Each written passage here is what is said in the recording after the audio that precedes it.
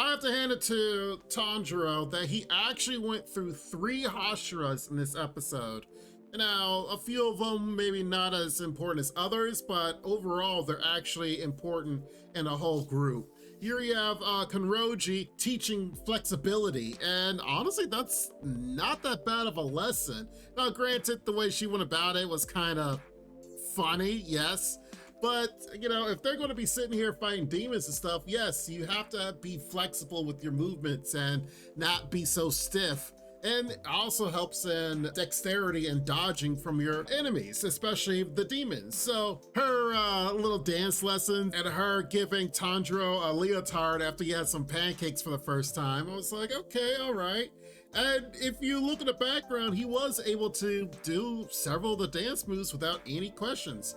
It wasn't until the actual flexing part where she's like having them do splits and such that it ends up being, okay, this might be a little bit more difficult than they had normally planned on it being.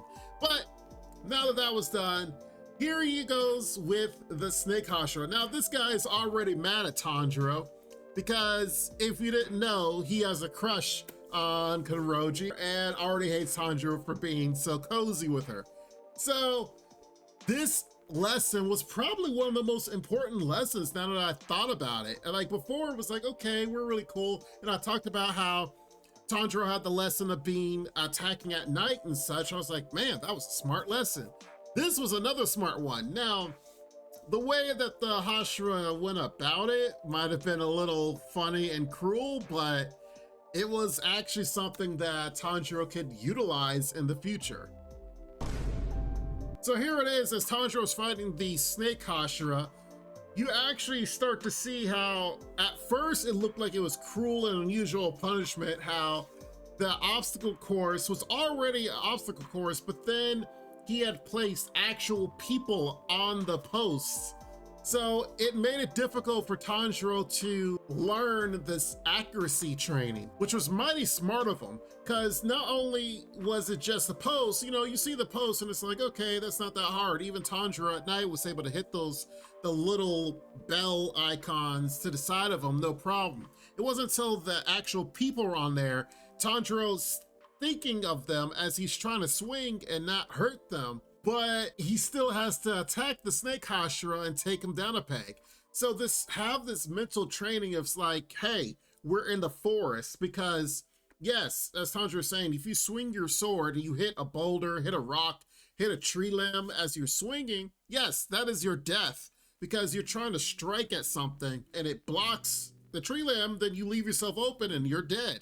So man, this training was probably some of the most important itself, because the accuracy needed as you are bobbing, weaving, dodging, and doing all kinds of things. Man, I have to give it up to the Snake Hashira. Even though his setup was definitely cruel, it was very effective. Tanjiro definitely was given some special treatment here, because you got to remember, this guy is supposed to be training all of the Demon Slayer Court. So what is he doing? Is he tying up everyone except for one person, and each one has to go one by one and try the obstacle course? Or is it just all of this is just set up for Tanjiro? Now, granted, he's hating Tanjiro right now because of him being with the Love Hashira, but it just kind of begs the question of like, how is he training everybody else though? You know, it doesn't give any information about that, so who cares? All I know is that it did show a scene where they were running and he probably did like basic stuff with them, but who's to say? But that does bring up the last Hashira, the most dangerous of the Hashiras, I would say at this point, because it definitely did not work out the way that it was intended.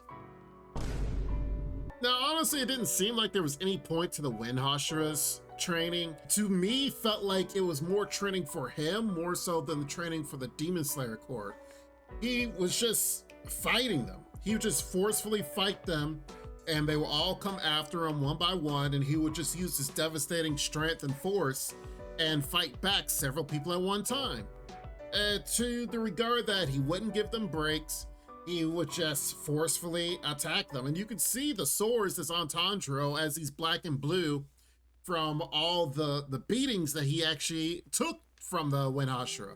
Now, granted, when it became a brawl and Tanjiro was actually fighting the Wind Hashira, you can see where he has improved because he's able to see his movements and dodge a lot of his attacks, which kind of helps Tanjiro in the long run because, you know, if you are fighting someone who's clearly better than you, but you're able to track them and improve your own fighting style, hey, that's only going to make you a better fighter in the long run. Tanjiro gets reprimanded, which is weird that Tanjiro, only Tanjiro got reprimanded, but I doubt that the Wind Hashira or his brother told the truth about how this all went down, so that's probably why they only went after Tanjiro. And all it really meant that Tanjiro couldn't be around the Wind Hashira at this moment in time, which is one way to pass the Wind Hashira's training, because, you know, maybe he never would have been satisfied even if Tanjiro did keep up with him. Overall, I would say after this episode, the fan base is probably the one that hates this Wind Hashira the most. I've seen people say things as far as, just, I hope a demon kills him or hurts him or maims him. I think at this moment in time, I would like the more poetic route where the Wind Hashira, he might actually still love his brother, and that's why he's trying to kick his brother out of the demon court to keep him safe, coming across in a very abrupt way. But I wouldn't mind, like, if they battle, like maybe a demon attacks the Wind Hashira and doesn't maim him enough to where he's disfigured, but makes it to where he honestly admits his feelings towards his brother and they can kind of work together type deal, have a little brotherly attack, if you will, against one of the Upper Moon demons.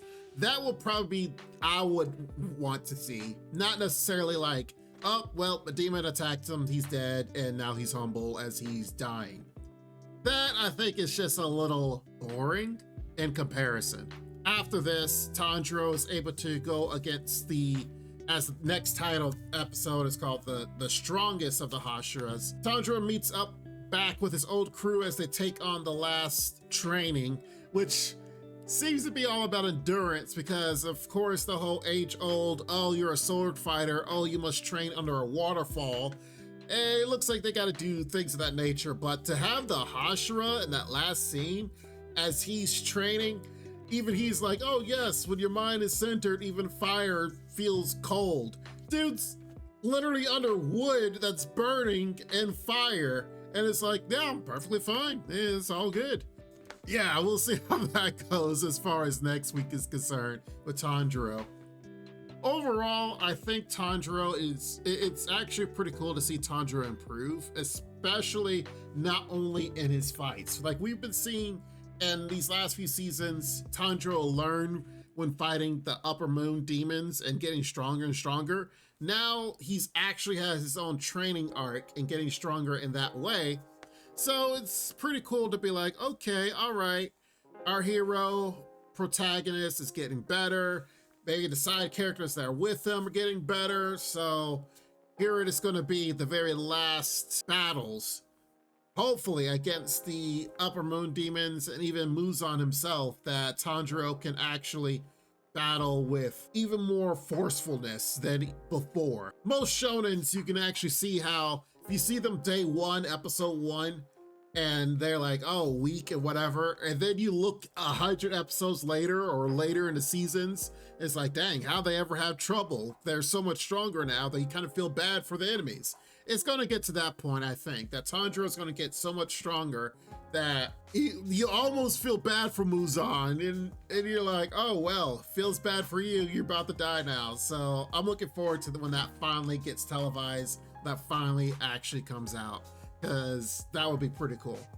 Anyway, that's it for the assessment here. Hope you guys enjoyed the episode. I hope you guys enjoyed the analysis. We'll definitely talk about more as more episodes come out about this and several others. Tell me in the comments down below what you guys think. Was the Wind Hashira out of line, or was he perfectly fine because he technically loves his brother and this is his way of saying that or doing that? We shall see. Anyway, you guys be safe, you take care, and Lord willing, I will see you next time. Bye-bye for now. Make sure to check out the extra content on our Patreon page, and thanks to our current patrons. This ain't what you want, bitch, I'm a fucking phenomenon.